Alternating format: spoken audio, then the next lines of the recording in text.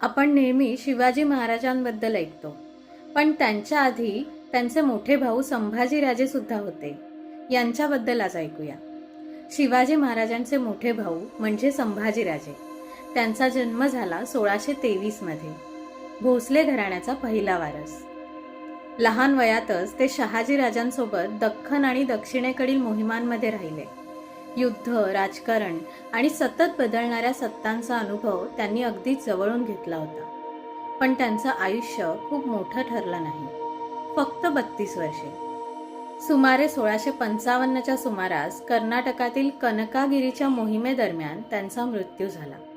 काही कथांमध्ये या घटनेत अफजल खानाचं नाव जोडलेलं आढळतं, पण इतिहासात याबाबत पूर्ण स्पष्टता नाही.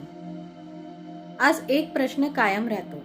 शिवाजी महाराजांना जर संभाजीराजांची साथ मिळाली असती तर स्वराज्याची कथा आज काहीतरी वेगळी अनुभवायला नक्कीच मिळाली असती.